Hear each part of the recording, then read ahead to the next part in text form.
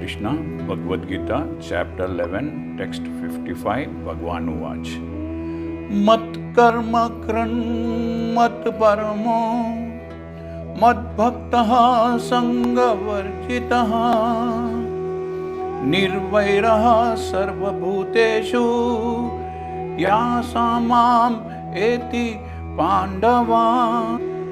श्री कृष्ण भगवान कहते हैं, हे अर्जुन, जो व्यक्ति सकाम कर्मों और मनोधर्म के कल्मश से मुक्त होकर free from the contaminations of previous activities and from mental speculation मेरी शुद्ध भक्ति में तत्पर रहता है, जो मेरे लिए ही कर्म करता है, जो मुझे ही जीवन का लक्ष्य समझता है, द टारगेट ऑफ लाइफ समझता है और प्रत्येक जीव से मैत्री भाव रखता है, वह निश्चय ही मुझे प्राप्त करता है। जिस किसी को भी कृष्ण लोक में परम पुरुष श्री कृष्ण को प्राप्त करके उनसे घनिष्ठ संबंध, क्लोज रिलेशनशिप स्थापित करना चाहता है, उसे भगवान द्वारा के इस श्लोक को अच्छी तरह से समझना होगा। इसलिए यह श्लोक भगवद गीता का सार माना जाता है, एसेंस माना जाता है।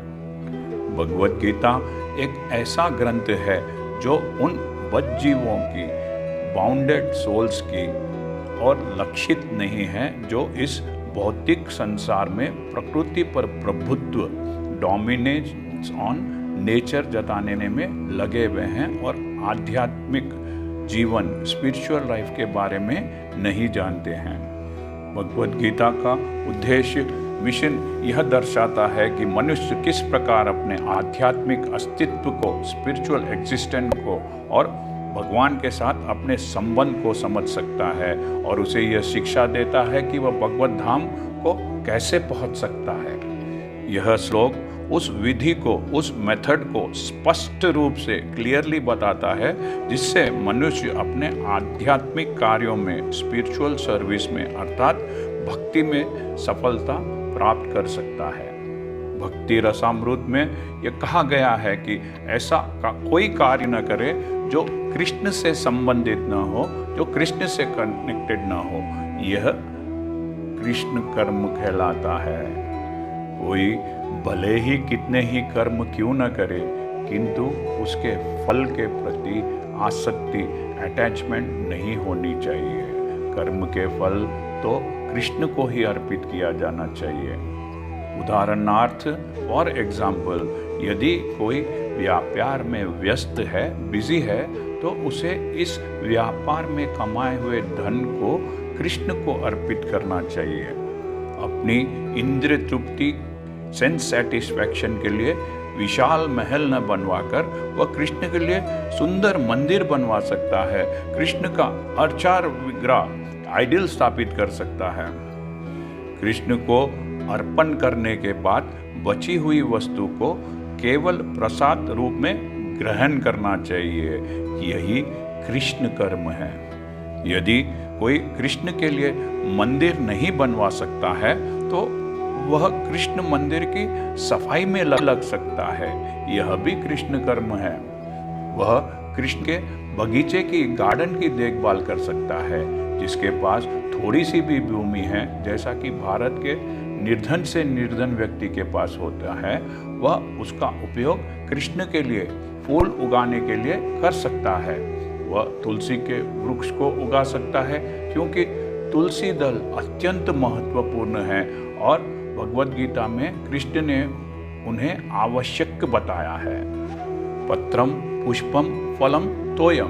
कृष्ण चाहते हैं कि लोग उन्हें पत्र, पुष्प, फल या थोड़ा जल भेंट करें, और इस प्रकार की भेंट से वे प्रसन्न रहते हैं, विशेष रूप से तुलसी दल से। अतः मनुष्य को चाहिए कि वह तुलसी का पौधा लगाकर उसे सींचे।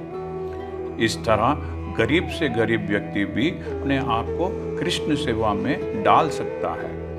जीवन का परम लक्ष्य भगवान कृष्ण के धाम में प्रवेश करना है। कृष्ण का सच्चा भक्त चंद्र, सूर्य या स्वर्ग जैसे उच्चतर लोकों में या इस ब्रह्मांड के सर्वोच्च स्थान ब्रह्मलोक तक में भी जाने का इच्छुक नहीं रहता है। वह तो केवल सिर्फ कृष्ण के धाम, जिसे कृष्ण लोक या गोलोक वृंदावन कहते हैं, वहाँ पर जाना चाहते हैं। यहाँ पर मैं आपको बता देना चाहता हूँ कि भारत में गोलोक वृंदावन उत्तर भारत में एक बहुत ही पवित्र तीर्थ स्थान है, जहाँ पर कृष्ण ने लीलाएं रचाई थी। लेकिन उच्च लोकों में भी एक गोलोक वृंदावन है, जहाँ पर कृष्ण स्वयं रहते हैं प्रत्यक्ष रूप में, और उनका भक्त उसी धाम में जाने का इच्छुक रहता है। भक्त विशेष रूप से श्रवण, कीर्तन, स्मरण, पाद सेवन, अर्चन, वंदन, दास्य, साख्य और आत्मनिवेदन भक्ति के इन 9 साधनों में लगा रहता है। मनुष्य चाहे तो इन 9 साधनों में रत रह सकता है, या 8 में या 7 में, नहीं तो कम से कम 1 में तो रत रह सकता है। तभी वह निश्चित रूप से कृतार्थ हो जाएगा। The 9 processes of devotional engagement are hearing, chanting, remembering, worshipping, serving the lotus feet of the Lord, offering prayers, carrying out the orders of the Lord, making friends with Him, and surrendering everything to Him. One can engage in all 9 devotional processes, or 8, or 7, or at least in one, and that will surely make one perfect. मनुष्य को चाहिए कि ऐसे लोगों से संबंध तोड़ ले जो कृष्ण के विरोधी है, जो उनसे द्वेष, जेलसी करते हैं। ऐसी अवांछित संगति, अनवांटेड एसोसिएशन और भौतिक इच्छाओं, मटेरियल डिजायर्स के कल्मश से मुक्त होने पर ही वह कृष्ण ज्ञान का अनुशीलन कर सकता है, जिसे शुद्ध भक्ति कहते हैं। मनुष्य को चाहिए कि अनुकूल भाव से पॉजिटिवली कृष्ण के विषय में सोचे और उन्हीं के लिए कर्म करे, प्रतिकूल भाव से, नेगेटिविटी से नहीं। कंस कृष्ण का शत्रु था। कृष्ण के जन्म से ही उन्हें मारने की तरह तरह की योजनाएं बना रहा था, किंतु असफल होने के कारण वह सदैव कृष्ण का चिंतन करता रहता था, किंतु उसकी कृष्ण भावना अनुकूल न थी। अतः 24 घंटे कृष्ण का चिंतन करते रहना भी बावजूद इसके कि वह 24 घंटे श्री कृष्ण का चिंतन करता था, वह असुर ही माना गया।